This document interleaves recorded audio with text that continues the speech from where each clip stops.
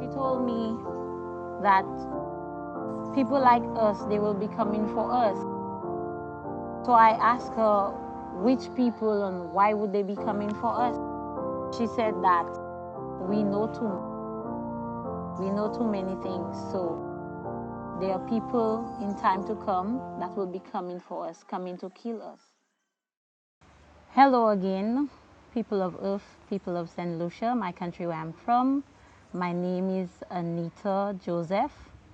I am here today to share with you a little bit or maybe a lot of my situation and stuff that has been happening in my life, a gift of testimony review today. First of all, to begin with, I am a born Christian, or a true Christian, I could say. I was raised with 4 of my siblings. My mom and dad separated, so we were left with dad alone. Apparently, my dad is a Seventh-day Adventist, and he raised us all as Adventists also. And due to us growing up without a mom by our side, and he alone struggled, we tend to stray away. But I, one of them, which strayed away, took my own path, and I decided to grow up doing whatever I want, whatever I please. We completely forget about God and what He gave us in our lives and what He did for us. And eventually, while I grew up, I met a handsome guy, which is today my husband. We rented a small business in Fuasho Castries.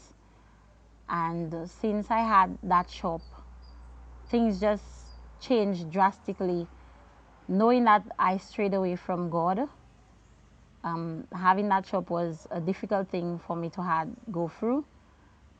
And there were a lot of fight downs, a lot of people that were jealous, and all sorts, all of the above.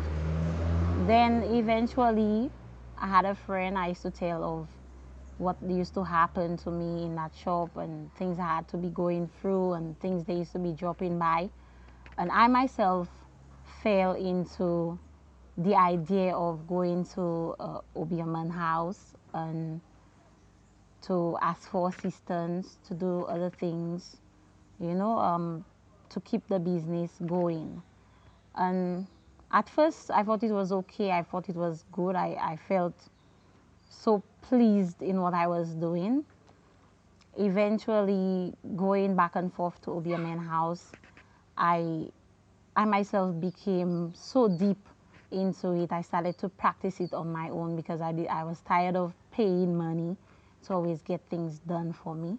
So eventually I started to practice witchcraft and so on myself, and it wasn't the best, but I did it anyway. And during the course of doing these things, it felt good. It felt so good that I was, doing things for myself and trying to help myself go forward due to having a business and to keep it. But it wasn't all that good. I experienced most of the worst things in my life, spiritual death and so on. But it wasn't all good, trust me. It wasn't all good. But then it felt good. And I did so many things I never thought I would have done. And the kind of people I used to mingle with, the kind of places I used to go, everything was so terrible, but it felt good. Eventually, I came across a pastor by the name of Morian. They used to have some crusades and stuff, and I felt the urge to go. I just felt the need to go.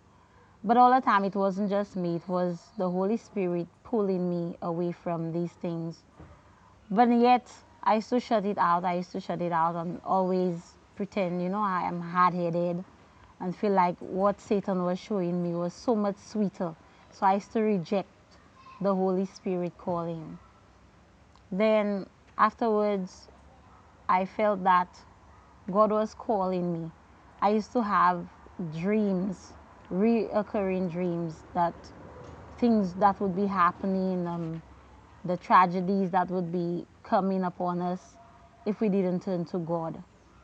And I kept turning these dreams away, pretending like it was nothing, but it kept coming and coming and coming until one day I say, okay, I will listen. So I continued with my journey. I went to crusade, and then the pastor used to talk to us and show us the things that God himself will do for us and what he could do and what he has done. And I realized that God did a lot, truly, because I could have died so many times. Spiritual accidents. I almost lost my life once on a pedestrian with my daughter. And I felt something, just something, pulled me back from my shirt. And that day the vehicle passed so close, flush to my body. We could have been buttered on the road that day. But I knew it was the grace of God because I am still here. But that's not the only thing that happened. I could have gotten crushed in the tunnel road one time by two trucks, two mixer trucks. I saw everything because at that moment I used to be practicing witchery, like I say. I was able to see things I never thought I would have seen in my life. And that's how I was able to have seen that would have happened. But yet still, without God putting a hand for me in that situation, I could have also been dead. I also experienced another death experience that after birth of my last daughter, I had pulmonary embolism, which is blood clot in my lungs, and I couldn't breathe.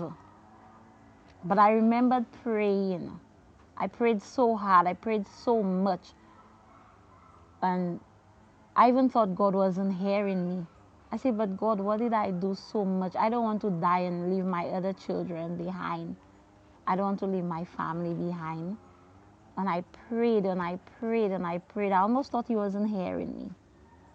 But today I am here to testify that he didn't let me die. He brought me back so I can share today my testimony with you. So many things has happened. Sometimes I don't even know where to start or what to say because it's been so much. But then before all of that happened with my birth defects situation, I gave my life to God, and I believe that's what that saved me that day. Because long before it happened, I can say about 1 month after I got baptized,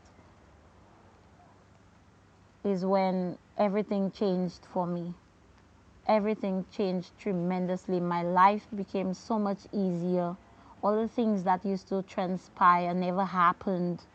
All the negativity, all the evil spirits, everything. It's like everything was just taken away from me. Everything just disappeared. God made that miracle. He made that change. And I know he can make that change for you too. We are not the only ones struggling. There are people with so much more than what I have been through. And I know that with him, all things are possible. All things could change. And I am so glad that I gave my life to God. I'm so glad. I never regret one day. But I'm trying every day to try to draw my children closer to him, to try to draw my husband closer to him, to see that that change that happened to me would happen for them also. And I'm so grateful today to be able to share. I honestly not able to tell you everything I want to say, but the honest truth about it is that God made these changes, because it's not easy to just get out of witchcraft or going to Obi a man house. It feels good, trust me. It feels good. It's not easy. I had so many things. I bought books and tarot cards and candles and all kinds of it. Trust me, it's some of the worst things I never thought I'd have in my hand. I had them. I used to play with these things. And the devil makes you feel it's so good. He makes you feel powerful, like you can do all things, but that's not true. He's only leading you in his trap. He don't want to burn alone. He wants us to burn with him. And since Jesus shed his blood for us on that cross to save us from these kinds of sins, I can say today I am set free. My life wasn't easy. Everything was hard. But today, my life feels great, wonderful. No suffering. I cannot remember the last time I was sad or unhappy or in pain or feeling anything like that. He made a great change in my life, and I know he can make that great change for you also. Whatever it is you're going through, whatever struggles you've been through in your life, it's not over. We need to know that it's not over. And with Jesus, all things are possible. All things. So let's come together. Let's gather together, people, to make things happen, to bring our lives to God. Because there is a time coming. That time is coming, and it's not nothing easy. We are already in the last days. Things of revelation is already happening. We can see the things are happening. So let us gather ourselves together, our children, our family members, to bring ourselves to God. Turn to him. Don't play hard-headed, because I cannot help you with that fire we're going to be taking. The devil himself cannot help you. He will laugh because he wants to take as many souls as possible. But if you just let Jesus come through, you will see a difference. What he can do for me, he can do for you. So I thank you for listening.